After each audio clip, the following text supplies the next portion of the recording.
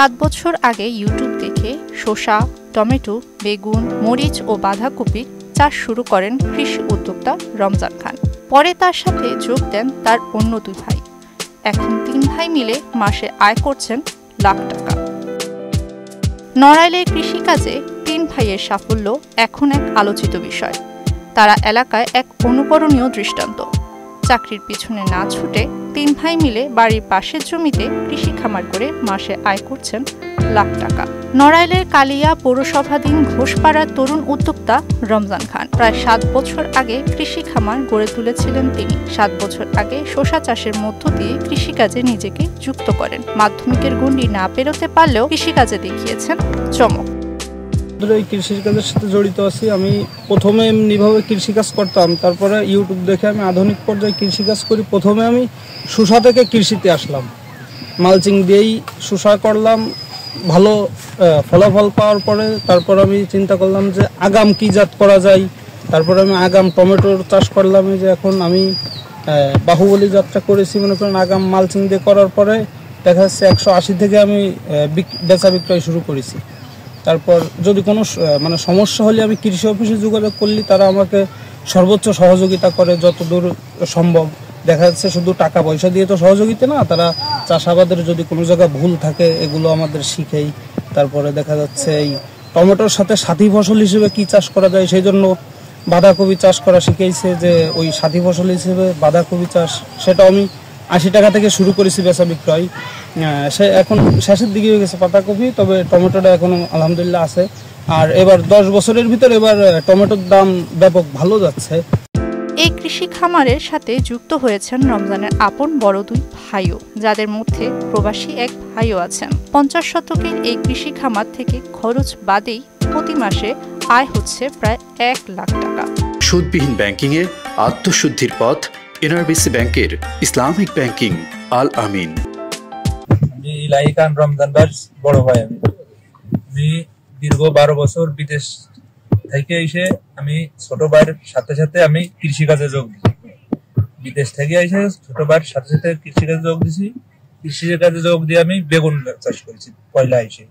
বেগুন আলহামদুলিল্লাহ, বেগুন তো ভরপুর ধরন আছে ভালো। এবং দেশের যেসব বেকার আছে, বেকারিত্ব না থেকে বিদেশ না যায়, বিদেশে যে পরিমাণ পরিশ্রম এটি না করে আপনার দেশে যদি এর 3 ভাগের 1 ভাগও করে মানুষ, তাও আপনার 4-5 জন 3-4 জন লোক সে খাটাতে পারবে ডেলি। বিদেশ না দৌড়ে, চাকরি না দৌড়ে আপনি কৃষি কাজ করেন, বেকারত্ব এমনি দূর হয়ে যাবে। আমাদের এখানে মরিচ, টমেটো, বেগুন সব প্রকারের ক্ষেত আছে, বাঁধাকপি আছে। আমরা এখানে এইগুলোই চাষ করি আধুনিক প্রযুক্তিতে, কৃষি সার্ভে অবলম্বনে, তাতে আমরা ভালো লাভবান আছি। সবাই এইগুলো করলে অনেক লাভবান হবে, কিন্তু সবাই করে না, চার দোকানে বসে থাকে আর গল্প করে যে কি ডাকি করলো না করলো, কিন্তু নিজে প্র্যাকটিক্যালি কিছু করে না। কিন্তু আমরা এই যে করেছি যে কত আনন্দ, বাজারে মিলে মালগুলো ছিললে অন্যরকম একটা আনন্দ ভর্তি আসে, টাকা আসে, অভাব দূর হয়ে যাবে দেশের থেকে। এই যে মরিচ গুলো দেখেন কি রকম হয়েছে, এরকম সবাই তো লাগায় না, আর সবাই যে গল্প করে এরকম হচ্ছে। কিন্তু আমরা কয়েকবার ইনশাল্লাহ ভালো আছি, সব আধুনিক প্রযুক্তিতে চাষাবাদ করে খুব ভালো হচ্ছে। একবার সব টাটকা টাটকা মাল বাজারে নিলে সবার আগে বিক্রি হয়ে যায়। তাদের খামারে অনেকেরই কর্মসংস্থানের সুযোগ হয়েছে।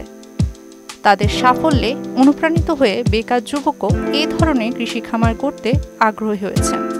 ইতোমধ্যে অনেকেই এই ধরনের কৃষি খামার গড়েও তুলেছেন। আমি জব্বার তালুকদার, আমি এসে রমজানের খেতে আসছি দেখতে। আমি দেখে অনেক ভালো লাগছে। আমি একজন নতুন স্মার্ট উদ্যোক্তা হতে চাই। আমি তরুণ হিসেবে আমিও কিছু এরকম কিছু করার চাই। এই জন্য আমি এটা দেখে আমার অনেক ভালো লাগছে, আর এই জন্য আমি এখানে আসছি দেখতে। আমরা যে যে জায়গাতে আছি, এই বাহুবলী টমেটো, এরপরে আছে প্রীতম বেগুন এবং সুপারহট, এই 3টা জাত রয়েছে। এই 3টা জাত যদি এইভাবে এই যে মাটি এবং আবহাওয়া এদেরতে করা যায়, তাহলে খুবই কৃষক লাভবান হবে, বেকারত্ব দূর হবে।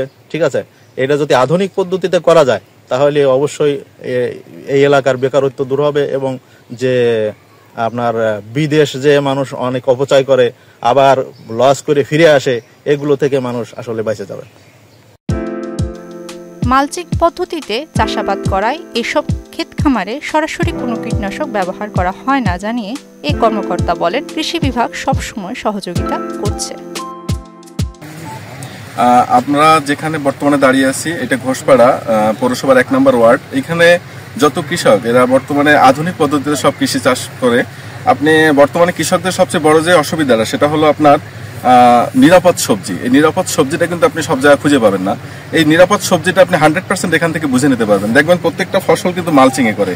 কৃষকের সবচেয়ে বিষয় হয়েছে আপনার সার, রাসায়নিক সার এবং সেচ ব্যবস্থাপনা এবং হলো কীটনাশক। এই 3টা কাজে আপনার মালচিং যখন ব্যবহার করে এটা কিন্তু পুরোপুরি তারা 100% এখান থেকে আপনাকে দিতে পারতেছে, নিশ্চয়তাটা দিতে পারতেছে। তারপর দেখবেন যে আপনি বেগুন ক্ষেতগুলো দেখছেন, আপনি বেগুন ক্ষেতগুলো কিন্তু যে পোকামাকড়ের আক্রমণ হয় সেটাকে ওরা পুরোপুরি নেটের মাধ্যমে এটাই করে। এখানে কোনো কীটনাশক ব্যবহার হয় না। আমরা যে জিনিসটা বর্তমানে কৃষি বিভাগ করে যাচ্ছি সেটা হলো নিরাপদ সবজিটা, যাতে কৃষক, কালিয়ার কৃষক উপকৃত হয় এবং এখান থেকে বাইরেও যে সবজিটা যাচ্ছে সেটা এই নিরাপদ সবজির কারণে কিন্তু আপনার লুফে নিচ্ছে বাইরে থেকে। আমরা সার্বক্ষণিক ওনাদের সাহায্য সহযোগিতা করি এবং ওনারা এই দেখে দেখে অনেক কৃষক উদ্বুদ্ধ হচ্ছে। আমরাও চাচ্ছি যে এই নিরাপদ সবজিটা যেন এখান থেকেই শুরু হয়, কালিয়া থেকে, এবং সমস্ত কালিয়ায় ছড়াই যায়, এটা থেকে নড়াইলেও ছড়াই যায়। এটা নিয়ে আমরা সর্বজনীন কাজ করতেছি এবং কৃষকরা আমাদের পাশে আছে, আমরাও কৃষকের পাশে আছি সর্বদা। তিন ভাইয়ের এমন সাফল্যে অনুপ্রাণিত হয়ে কৃষিক্ষেত্রে আরও এমন উদ্যোক্তা তৈরি হবে, পাওয়া যাবে বিষমুক্ত সবজি। নিশাল বিনতে আনোয়ার, মোহনা ডিজিটাল।